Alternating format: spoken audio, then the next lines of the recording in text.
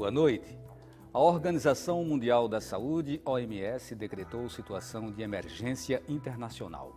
O planeta fica em alerta e o Brasil, onde há o maior número de casos, tenta ganhar a guerra contra o mosquito Aedes aegypti e combater as doenças a ele relacionadas. A Zika, no momento, causa a maior preocupação. O Ministério da Saúde investiga em torno de 4.000 casos suspeitos de microcefalia que podem estar associados ao vírus. Até o dia 13 de fevereiro, 508 casos foram confirmados. A doença já foi notificada em mais de 20 países e alcança o grau de emergência 2 em uma escala até 3. Como medida para conter o avanço da Zika, a OMS anunciou investimentos da ordem de 56 milhões de dólares, o equivalente a 224 milhões de reais, devendo a maior parte ficar com o Brasil. Para falar sobre os avanços da Zika e as formas de combater o mosquito Aedes aegypti, convidamos Alice Varjal, pesquisadora da Fiocruz, Pernambuco. Doutora Ângela Rocha, coordenadora do setor pediátrico de doenças infecciosas do Hospital Oswaldo Cruz, UPE. Você pode participar dando sua opinião ou fazendo perguntas através do telefone 3879-5444, e-mail opiniãotvu@gmail.com e pelo Twitter, @opiniãope. Bom, mais uma vez, boa noite, sejam bem-vindas. E aí nós vamos ficar aqui falando sobre os avanços da Zika e a primeira pergunta que eu trago é o que teria levado a OMS a decretar um estado de emergência internacional? Na realidade, a gente está tendo um número muito grande e não só da infecção pelo Zika. O que também está preocupando é essa relação de microcefalia com o Zika vírus. Então, uma relação, um problema sério de saúde pública, com um comprometimento grande dos bebês. Aqui no Brasil a gente tem um número elevado, mas está começando a aparecer em outros países. Então, além da infecção em todas as faixas etárias, uma grande preocupação é essa relação, esse comprometimento do bebê com microcefalia. Então, essa relação Zika e microcefalia é uma preocupação mundial. Professora Alice, por que o vírus avança assim com tanta velocidade? Por que é tão rápido? O problema está associado às formas de combate que ainda não são ineficazes, à falta de uma vacina para segurar o avanço da doença. O que realmente acontece? Bom, eu acho que o primeiro ponto que a gente tem que destacar é que a transmissão dessa doença se dá por via vetorial, pela presença, né, do mosquito, do Aedes aegypti, que pode se infectar e infectar outras pessoas. Em geral, as doenças virais, elas têm uma circulação, uma velocidade de circulação muito elevada, muito alta nas populações humanas, porque o período de replicação dos vírus é muito curto e durante aquele período uma grande quantidade de partículas virais pode ser produzida e pode ampliar de forma significativa e muito rápida esse processo de transmissão da doença através da infecção do mosquito e a passagem para o homem. Certo, só um adendo. Nós fizemos um outro programa, Opinião Pernambuco, acho que não tem nenhum ano, e as nossas convidadas falavam do surgimento de 2 casos, parece-me, em Petrolina, e nem eram autóctones, né? Eram casos que já teriam vindo lá do interior da Bahia.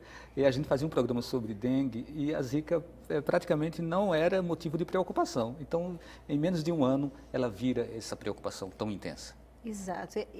Historicamente, isso também aconteceu com a dengue, anos lá atrás, né? Quando foram identificados e notificados os primeiros casos e confirmados os primeiros casos de transmissão local, houve um grande espalhamento da doença, um rápido espalhamento pelo país. E isso caracteriza, como eu estava dizendo, essa transmissão viral, essa velocidade, né, na transmissão se dá pelo fato de ser o vírus e pelo fato do vetor, que é o Aedes aegypti, né, estar presente em grande quantidade, em elevada densidade, em todos esses ambientes urbanos. Então, esse processo de propagação da transmissão é muito rápida, porque concilia as duas coisas, a presença do mosquito e a presença de pessoas infectadas, né? Em termos quantitativos, a dengue ainda está disparado, o vírus da dengue está disparado ainda em relação aos outros. Mas a preocupação ela aumenta porque o vírus, ele está associado agora a outras doenças como a microcefalia. Seria esse raciocínio?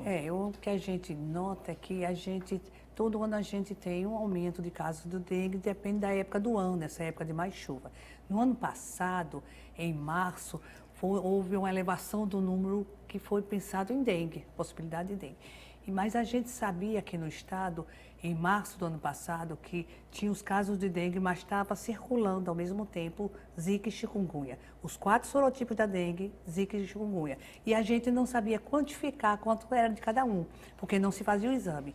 Então, esse grande número atribuído à dengue, a gente não sabe quantos deles era zika, principalmente. Os quadros são muito parecidos. Então, os quadros, a forma mais leve entre dengue, zika e também chikungunya são muito parecidos. Então, esse número de dengue, talvez não fosse tudo dengue, já era a zika e quadro de chikungunya, principalmente zika, que a gente não sabia quantificar. Assim, eu fiz uma pergunta em termos quantitativos, ou se tratando de percentuais, dá para a gente fazer esse comparativo hoje de como que se situa a questão da dengue, da zika e da chikungunya? E eu queria, inclusive, que depois a gente retomasse um pouquinho essa questão das diferenças dos quadros. Eu acho que, indiscutivelmente, o número de casos de dengue ele é bem superior aos das 2 outras arboviroses, tanto zika quanto chikungunya. Temos números hoje para Pernambuco, por exemplo? Temos alguns números aqui, eu diria a você que cerca de 12 mil casos, guardando uma certa proporção, 12 mil casos de dengue foram notificados, né? E desses, enquanto 12 mil casos foram notificados para dengue, a relação com a chikungunya foi de 2.800 casos e com a zika de 3 mil e poucos casos. Então, observa-se que a maioria dos casos ainda continua sendo de dengue, né? Predominantemente de dengue, apesar de já existir uma parcela importante das populações com imunidade a alguns desses sorotipos, né? Mas, por outro lado, não existe nenhuma imunidade conferida ainda nem para a chikungunya nem para a zika, de forma que é mesmo esperado que esse número aumente, né, e vá gradualmente atingindo uma parcela maior das populações, e à medida em que isso for acontecendo, também havendo uma notificação e uma confirmação, quem sabe no futuro muito próximo, do que realmente são casos de chikungunya e de zika relacionados ou não à pré-existência de casos de dengue. Principalmente zika, porque a gente tem dificuldade de laboratório. Na realidade, o laboratório, a sorologia, daria uma visão maior das pessoas que se contaminaram, porque a gente trabalha só com um exame que a gente chama PCR, que tem que estar o vírus presente naquele momento, na fase aguda. Então, 10 dias depois da fase aguda, você não tem mais uma positividade, às vezes até menos. Então, para ter uma noção das pessoas que tiveram contato com Zika, teriam uma sorologia. E esse exame, a gente tem dificuldade, não só a gente, o Brasil todo, das reações cruzadas. Então, fica difícil a gente definir esse quantitativo. Então, é um pouco subestimado. A gente faz uma estimativa dentro de um quadro clínico, mas nem todo mundo está fazendo uma sorologia, um exame específico para definir. Quando a senhora fala nem todo mundo, a senhora está se referindo a laboratórios, à rede médica? Não, eu estou falando... Ou às pessoas? As pessoas que chegam na emergência, nem todo mundo está, todas as emergências, fazendo de todas as pessoas que procuram as emergências, esses exames estão feitos em todo mundo, às vezes faz por amostragem. São aqueles serviços que a gente chama sentinela. Então, a gente sabe que está circulando, mas a gente não consegue fazer o exame em todas as pessoas que procuram as emergências. Doutora, a senhora tinha tocado ainda há pouco na questão dos sintomas. Não foi que há uma diferença nos sintomas da zika, chikungunya e dengue. Poderia trazer para a gente quais são essas diferenças? Como eu falei, nas formas leves ficam muito parecidas. Mas, de uma maneira geral, até para uma notificação com clínica, sem usar laboratório, a Secretaria de Saúde usa aqueles quadros que estão com febre mais elevada, dores musculares, dores nos olhos, aquela dor retroorbitária e alteração do exame de sangue, as plaquetas, seria dengue. Os quadros com febre alta, dor nas articulações mais mantidas, às vezes até incapacitante, chikungunya. E os quadros com pouca febre ou quase nada, manchas vermelhas no corpo, uma certa coceira, pequena dor articular, mas que esses quadros se resolvem no máximo com uma semana, seria Zika. Então esses quadros podem ficar parecidos, mas de uma maneira geral consegue grosseiramente, através de uma clínica, fazer uma notificação no serviço de emergência, o que seria provável de dengue, provável de chikungunya e provável de Zika, dentro de uma probabilidade clínica. Mas essa percepção sem o diagnóstico ou sem o exame laboratorial não é suficiente para o médico dar o diagnóstico para o paciente? É uma suspeita clínica, uma suspeita clínica. O dengue já se faz a sorologia, então separa a dengue. A chikungunya tem mais facilidade da sorologia, a dificuldade é a sorologia para a Zika, mas também a gente não consegue fazer uma sorologia para a chikungunya para todo mundo, faz por amostragens. Existe muita subnotificação, talvez por conta desses procedimentos, né? Eu tive relacionamento com uma pessoa recentemente que teve, ela acredita que foi chikungunya, ela acredita, mas ela disse que o médico em nenhum momento ele confirmou o que ela tinha, né? E ela ficou com inchaço nas juntas, né? É uma pessoa que trabalha lá na nossa residência. E teve esse problema todo, mas ela disse, não consegui chegar a um diagnóstico médico, não deu. Isso não acaba, de certa forma, repercutindo nos dados que são necessários para se adotar políticas de combate mais efetivos? Pois é, mas lembrar, eu acho que isso dificulta a gente quantificar, se a gente não faz exame em todo mundo. Mais fácil é quantificar a dengue. Os outros têm dificuldade. Mas lembrar que essas doenças todas são transmitidas pelo mesmo vetor. Então, na realidade, há todo o esforço que os governos, quem de direito, combate ao vetor. É uma maneira de a gente conseguir diminuir esses quadros clínicos, a circulação dos vírus de uma maneira geral. Então, a interferência é uma só, é combate ao vetor, que é a principal forma de diminuir esses quadros virais. Alice, as pessoas, elas hoje têm mais medo de ser acometidas pela dengue, pelo Zika ou pela chikungunya? Particularmente, eu acho... No imaginário, hoje já existe, me parece, um medo maior em relação à Zika. É porque ela é realmente pior ou não? Não, eu acho que é porque os casos de Zika, eles estão sendo frequentemente associados a outras morbidades que antes não eram referidas para a dengue, por exemplo, né? Como essa associação com a microcefalia, com a síndrome de Guillain-Barré. Então, assim, como as pessoas desconhecem, né? E esse desconhecimento não é só das pessoas, mas do próprio meio científico ainda que não tem todas as respostas, né, para se fechar uma associação direta e realmente causal entre o vírus Zika e essas morbidades, as pessoas ficam assustadas. E, sem dúvida nenhuma, apesar da dengue anualmente ter um número esperado, né, de casos letais, as pessoas estão intimidadas, estão se sentindo muito mais intimidadas com essa situação agora da Zika do que já estiveram em relação à dengue, né? Apesar da dengue ser comprovadamente ou ter uma letalidade maior até do que essas outras duas arboviroses, né? A Zika e a chikungunya. Talvez a gente volta daqui a pouquinho. Talvez o medo, se é que seria a melhor forma de dizer, que as pessoas devam ter, seja do mosquito, né? Que é o causador de tudo isso. Bem, a gente continua essa nossa conversa no próximo bloco. Precisamos fazer um intervalo e lembramos que você pode participar com sua opinião ou fazendo pergunta através do telefone 3879-5444. O e-mail opiniãotvu@gmail.com e pelo Twitter @opiniãopr. A gente volta daqui a pouquinho.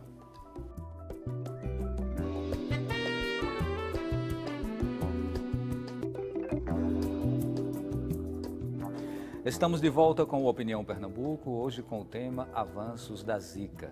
Participam do programa Alice Varjal, pesquisadora da Fiocruz Pernambuco, e Ângela Rocha, coordenadora do setor pediátrico de doenças infecciosas do Hospital Oswaldo Cruz. Bem, a Organização Mundial da Saúde, ela estima que em 2016 possamos chegar a 4 milhões de pessoas infectadas. E o fato é que Zika hoje não está mais apenas aqui no Brasil, né? Já são mais de 20 países. Então, a primeira pergunta é, isso a gente saiu do estado de surto, passou pelo de epidemia, já chegou em pandemia, onde estamos? Quer dizer, numericamente, quando comparou inclusive a Zika com a dengue, o número de Zika é bem inferior. Qual é a situação real dentro desses números? Eu acho que é um número realmente que é preocupante. Não é à toa que a OMS decretou como estado de emergência de saúde pública. E é essa preocupação, porque na realidade, apesar do quadro clínico da Zika, nas pessoas normalmente tinha uma benignidade, ficava bom em uma semana, a gente está vendo outras repercussões que ela pode dar. E esse número está aumentando numa proporção que não era esperada. Então, a gente está numa vigência, não só, e a preocupação não é só em relação à Zika, mas a gente continua com números altos de dengue, aparecendo casos de chikungunya, também muito preocupante aqui no Brasil. E essa relação com microcefalia, eu acho, e as doenças neurológicas, tipo Guillain-Barré, é que está preocupando mundialmente. Então, a gente sabe que muitos países têm o mosquito, já muitos detectaram o próprio vírus, e mesmo quem não tem o vírus sabe que com as fronteiras abertas vai circular. Então, é uma proporção, é um surto epidêmico, uma epidemia que pode se tornar uma grande pandemia. Alguns países, eles, por exemplo, não estão querendo que haja restrição a viagens internacionais, mas estão, quer dizer, a Organização Mundial da Saúde está indicando certos cuidados em relação às roupas, né, que vai usar, de fazer um acompanhamento quando retornar da viagem em países afetados. Chegamos realmente a esse estágio, doutora Alice? Alice eu não, acho Ângela. Alice. É verdade, desculpe. Eu acho que essas recomendações todas são válidas, sobretudo porque o indivíduo humano infectado, o homem infectado, é que tem, na verdade, conduzido esse caminho de disseminação, né, de dispersão da transmissão viral de um país para o outro. Desde que, lógico, nesses países existam as espécies que possam naturalmente ser vetoras, né, e responsáveis pelos ciclos de transmissão dessas doenças no nível local.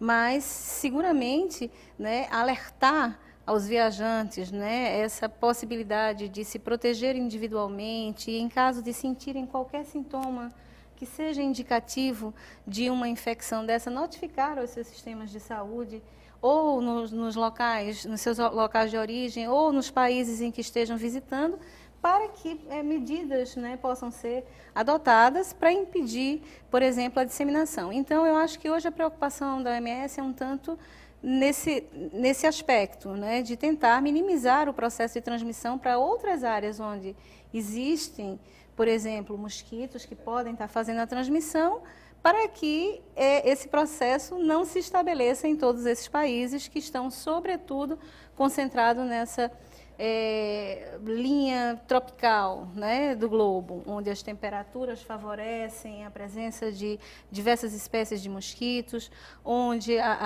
essa temperatura também e a questão de saneamento e de abastecimento de água também pode ser um elemento importante para aumentar ou para ampliar o número de criadouros, né, dessas espécies, sobretudo o Aedes aegypti. Certo. Esses cuidados que a senhora falou, eles não devem ficar restritos apenas às pessoas que estão se deslocando em outros países, mas internamente também são recomendadas esses mesmos pontos que foram colocados?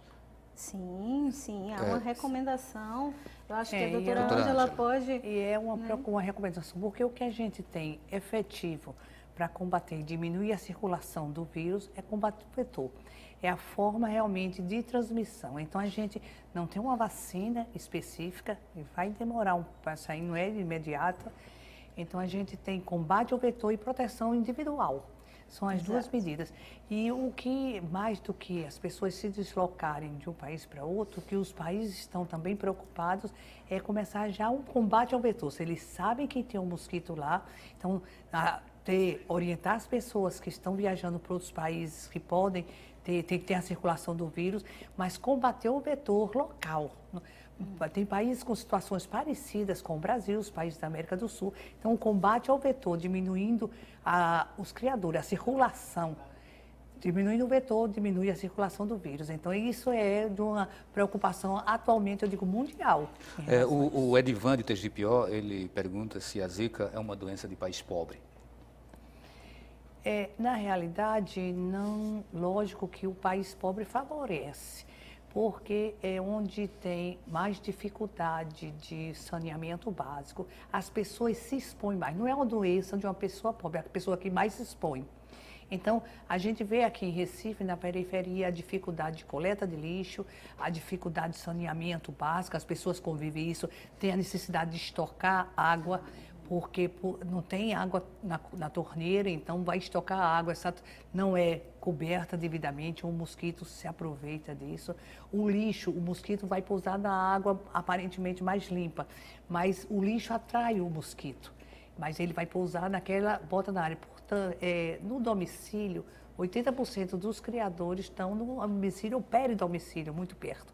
Então, é uma dificuldade. Se você não tem essas condições de saneamento básico, fica muito difícil o combate ao vetor. E aí também as pessoas se expõem, mas num país, numa situação dessa, com mais calor, com essa umidade, calor úmido como a gente tem, então a gente se expõe mais, não cobre as extremidades, tudo isso. Então, é uma situação de quem mais se expõe, não é uma situação de população mais pobre, mas a população pobre se expõe mais, então é uma coisa que uma coisa leva a outra. Alice, assim, eu fico realmente preocupado, acho que a população toda fica com essa possibilidade de uma expansão muito rápida e abrangendo muitos países. E isso, por exemplo, pode acabar se refletindo nos Jogos Olímpicos aqui no Brasil.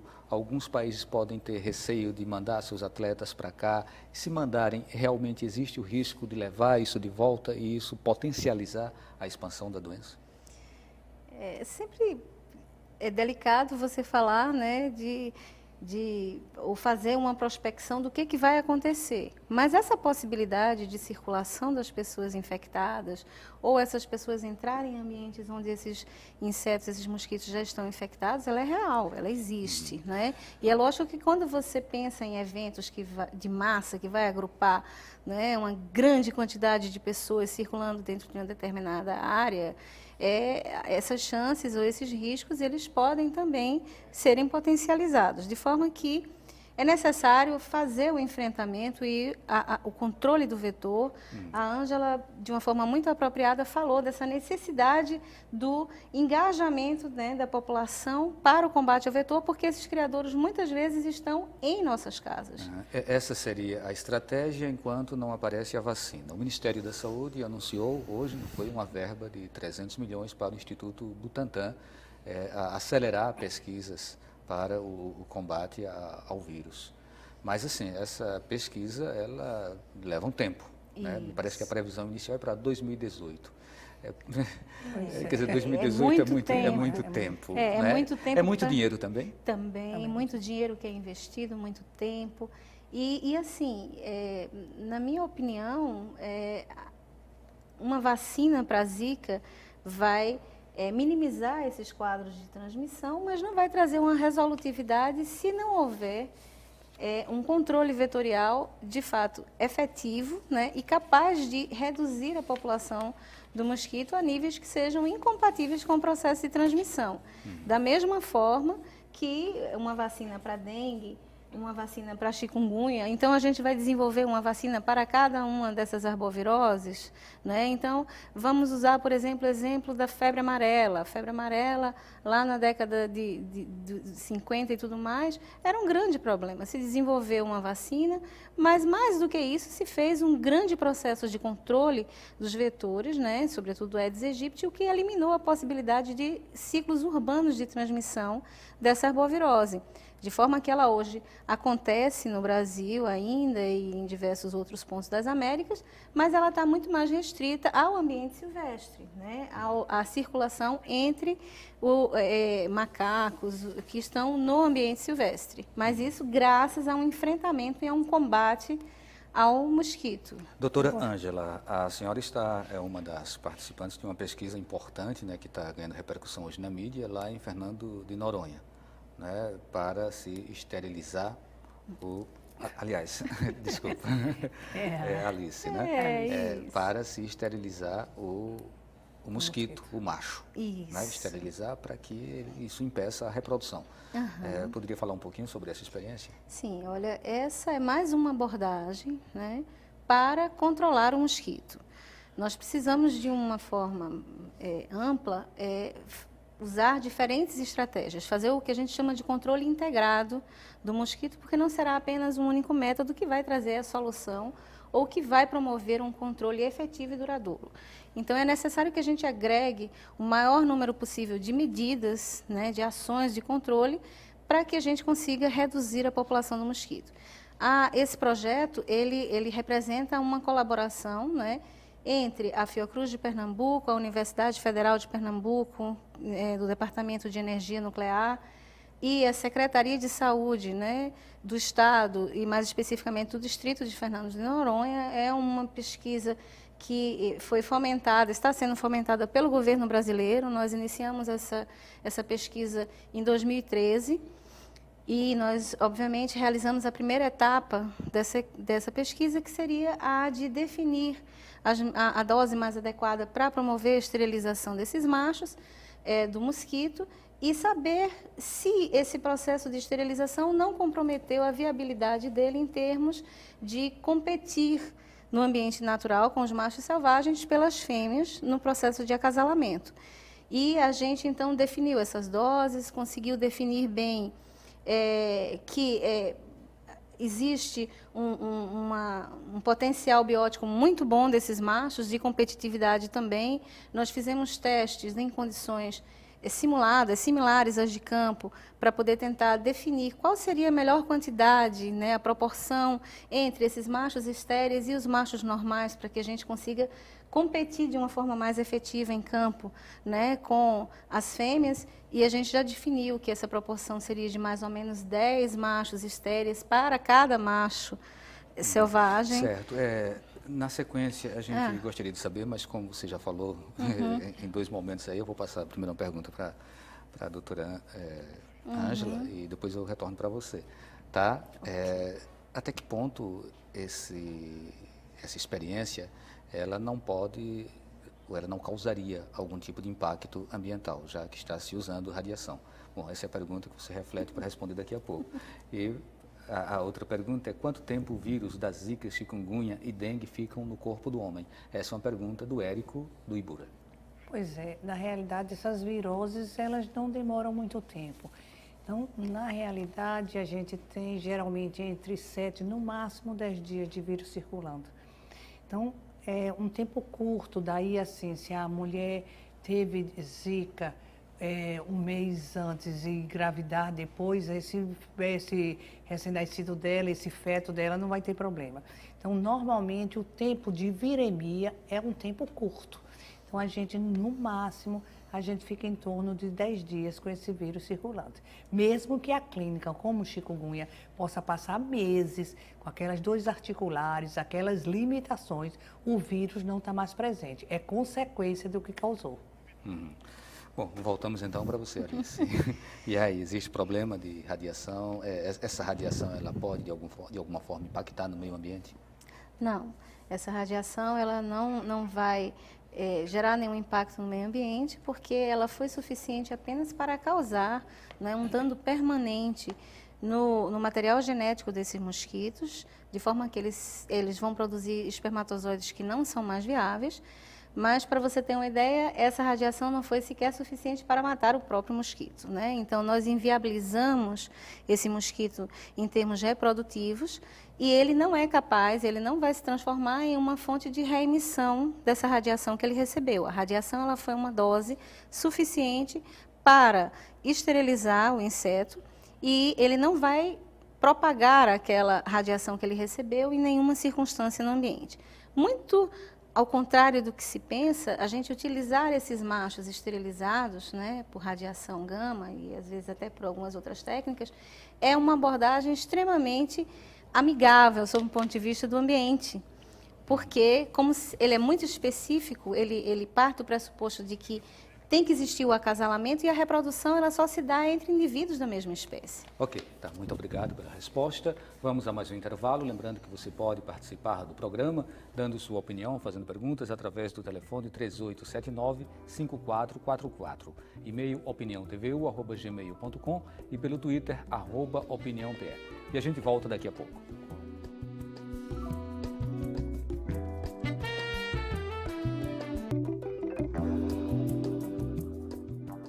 Estamos de volta com o Opinião Pernambuco, hoje com o tema Avanços da Zika. Participam do programa Alice Varjal, pesquisadora da Fiocruz Pernambuco, e Ângela Rocha, coordenadora do setor pediátrico de doenças infecciosas do Hospital Oswaldo Cruz, UPE.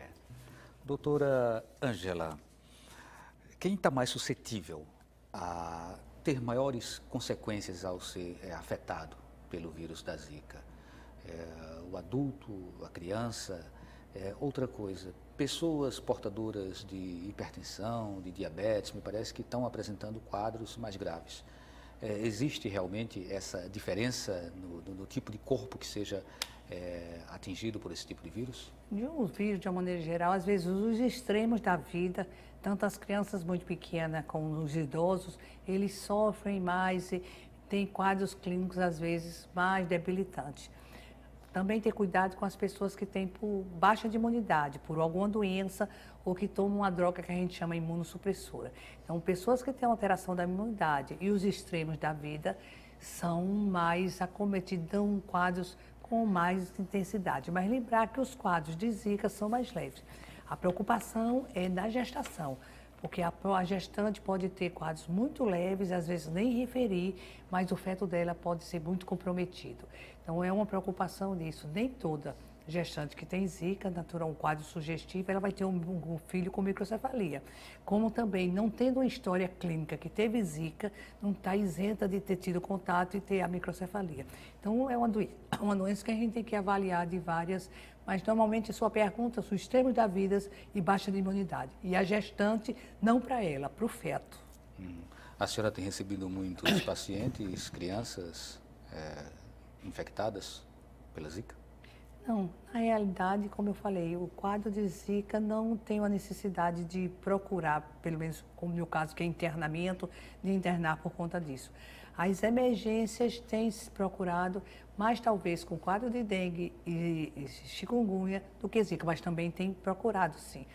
Volto a dizer, toda vez que tem qualquer alteração da imunidade, ele pode ter um quadro com maior repercussão, mas lembrar que a gente está vendo o Zika com um comprometimento mais leve e no máximo uma semana a pessoa está bem, diferente do chikungunya, que pode durar meses, semanas e meses e tem necessidade de uma interferência maior para essas dores articulares. Alice, quando demora com a chikungunya, com a Zika, você vai levando as dores consigo? Tipo, a chikungunya está muito associada a dores articulares. A Zika, quais são as dores que ela provocaria por um período maior, por um período mais prolongado? Eu acredito, se eu estiver equivocada, a doutora Ângela me corrige, mas eu acho que a Zika ela apresenta um quadro muito brando em relação a dores que possam se prolongar, né? Diferente do chikungunya. O chikungunya, como ela acabou de dizer, é considerada uma doença muitas vezes incapacitante, porque as pessoas sentem durante, às vezes, dias, meses, né? Aquele incômodo da dor, sobretudo nas articulações, muitas vezes seguida de muito inchaço nessas áreas, né? Então, assim, mas eu acho que Zika, de um modo geral, ela não tem esse acometimento, né, de dor prolongada, coisa do gênero. Ela é muito leve comparada a Geralmente se chikungunya e a limita a uma dengue. semana. A grande maioria se alimenta a semana. Então, refere muito, quer dizer, passou 2 dias, a febre quase não tem febre baixa. A dor articular é muito mais leve, sem aquele edema. Então, todo mundo geralmente fica com uma semana, está bem do Zika. Ela é mais silenciosa. Isso. É mais leve, quadros mais moderados, quadros mais leves. Quando a dor articular se prolonga por semanas, tem que ser chikungunya, não é Zika. Melhor ser chikungunya do que ser Zika, dependendo da situação? Não, clinicamente, para o paciente em si, não. Atualmente é muito preocupante em grávidas E a gente está vendo também um aumento da síndrome, que é uma doença neurológica, a síndrome de Guillain-Barré, em alguns casos. Mas esse número não tem ainda a repercussão que tem a microcefalia. Os levantamentos que apontam para uma possibilidade de contaminação através do sangue, outros que apontam através da relação sexual. O que se tem de concreto em relação a essas pesquisas? Na realidade, a transmissão básica que a gente tem que botar todos os esforços tentando é através do mosquito. Isso. É o transmissor. Como vírus, e a gente tem uma experiência com outros vírus, eles podem chegar a algumas secreções ou fluidos orgânicos. Então, pode aparecer na saliva, pode aparecer no sêmen. Foi inclusive já descrito, encontrado vírus viáveis, quer dizer, vírus vivo. Mas para ser uma fonte de contágio importante, tem que ter naquelas secreções uma quantidade de vírus suficiente para produzir doença. Às vezes, só a presença do vírus naquela secreção não significa que vai ser um meio de contágio importante. É isso que a gente vê. Então, pode ser ocasional, não é um meio. Então, não é uma doença que vai transmitir pelo sêmen, pela saliva, pelo aleitamento materno. Então, na realidade, a gente tem a transmissão através de um vetor, que é o mosquito Aedes. Mas isso deve levar a uma preocupação, por exemplo, dos bancos de sangue, no sentido de fazerem uma checagem para saber se a pessoa esteve ou não infectada pelo Zika? Na realidade, o sangue, lógico, aí seria se você pegar um sangue de uma pessoa que está naquela fase aguda de viremia e for colocar no outro, pode ter algum problema. Mas a gente sabe que também tem um critério para ser doador de sangue. Isso. Tem que se avaliar. Se você tiver, os bancos de sangue hoje têm uma normatização, se você tiver uma história clínica de uma virose dessa, ele, para fazer doador de sangue, tem que esperar pelo menos 30 dias para doar sangue. Então, tem um certo cuidado, essa precaução. Lógico que uma pessoa doente, com a clínica, com a muleta, não vai vai doar sangue. Então, o banco de sangue tem esse cuidado, tem essa normatização. Só colher, ser doador, se tiver uma clínica, mas pelo menos um mês após a cura clínica da doença, né? O início da doença, após a cura clínica. Então, com isso, diminui o risco de contaminação. Tem uma pergunta aqui de Sevida Boa Vista. Até que ponto o desequilíbrio ambiental propicia condições para a proliferação do mosquito? Poderia falar, Alice? Em diversas situações de desequilíbrio, né? Por exemplo, se você não tem o saneamento básico, se você não tem um abastecimento de água regular, as pessoas vão começar a fazer uso, né, de outras vias que vão gerar esses criadouros. Às vezes as pessoas fazem uso também de inseticidas, né, que são vendidos nos mercados, para poder tentar se proteger de alguma forma. E, na verdade, às vezes elas ampliam demais a utilização desses compostos, de forma que elas terminam promovendo a resistência nos próprios mosquitos, no que eles querem combater. E essa resistência dificulta ainda mais a condição de êxito das diferentes estratégias, sobretudo a estratégia que intervém com o larvicida, né? Então, se o larvicida, por exemplo, for um inseticida do mesmo grupo químico, ele vai se tornar inefetivo em pouco tempo, porque aquela população ela está resistente àquele composto. Então, essas atitudes, essas práticas que muitas vezes nós fazemos para serem defensivas, muitas vezes elas comprometem esse processo de controle e o próprio equilíbrio natural de predadores que estariam ali naqueles ambientes para poder tentar controlar naturalmente aquelas espécies, e esse comprometimento leva, né, a um aumento na frequência de mosquitos resistentes, e aí sim você, apesar de usar aquela medida teoricamente para o controle do mosquito, a utilização do larvicida, ele pode não ser efetivo. Tá? Doutora Ângela, a senhora falou no outro momento sobre a necessidade de mulheres, principalmente, né, que estejam grávidas ou que estejam querendo ganhar um bebê, e elas usarem o repelente, um repelente adequado. Essa questão do uso do repelente é muito polêmica, né? A partir de que idade se deve usar repelente, que tipo de repelente, com que quantidade? É realmente comprovado que usando de uma forma mais disciplinada que ele não afete a saúde ou sempre vai afetar? Qual é a sua opinião sobre repelentes? Não, a gente tem que ter cuidado quando vai usar de uma maneira geral. Todo produto que vai se usar tem que ter cuidado, ver a qualidade do produto, aquele produto, a concentração que vai ter daquele produto. Mas, principalmente, crianças pequenas, a gente tem que geralmente usar acima de 2 anos. Crianças muito pequenas, ela não deve usar. Até lá deve ser o mosquiteiro. Roupinha coberta. Então, a gente tem que ter cuidado em pediatria, quem lida com pediatria, a gente tem que ter cuidado que quase tudo, todo repelente tem uma contraindicação numa faixa etária mais baixa. Na grávida também tem contraindicação, mas tem alguns com concentração própria, menos tóxica. Alguns são utilizados, uma coisa que tem que se lembrar, que tem que ser utilizado com certa frequência, isso é uma preocupação. Então, não tem nenhum desses repelentes que use de manhã e só vai usar à noite. Então, mesmo aqueles que prometem um longo tempo de duração, eles não são muito eficazes. Já começa com 4 horas, já caiu um pouco aquela ação deles. Então, isso é uma preocupação que a pessoa também tem que botar com muita frequência, e grávida acontece isso, mas também é uma preocupação dessa não repetição com muita frequência para também uma droga que não estava sendo tóxica passar a ser um pouco tóxica. Então, olha, aqui são muitas coisas, então tem que proteger, cobrir. O mosquito gosta muito das extremidades, então é proteger manga comprida, calça comprida, usar meia. Então, tem grávidas que estão até com certa... o estresse, uma paranoia daqui. Certo, mas é necessária essa preocupação. Certo, doutora Ângela, a gente sabe que essa é uma luta que não é apenas dos governantes, né? Não é apenas o poder público que precisa ter esse cuidado, que travar essa batalha contra o mosquito, contra a dengue, chikungunya, zika, que a população também precisa contribuir. Né? E assim, a gente está fechando o programa, a gente só tem agora 10 segundos para cada uma de vocês. Qual é o recadinho final? Vamos, Alice.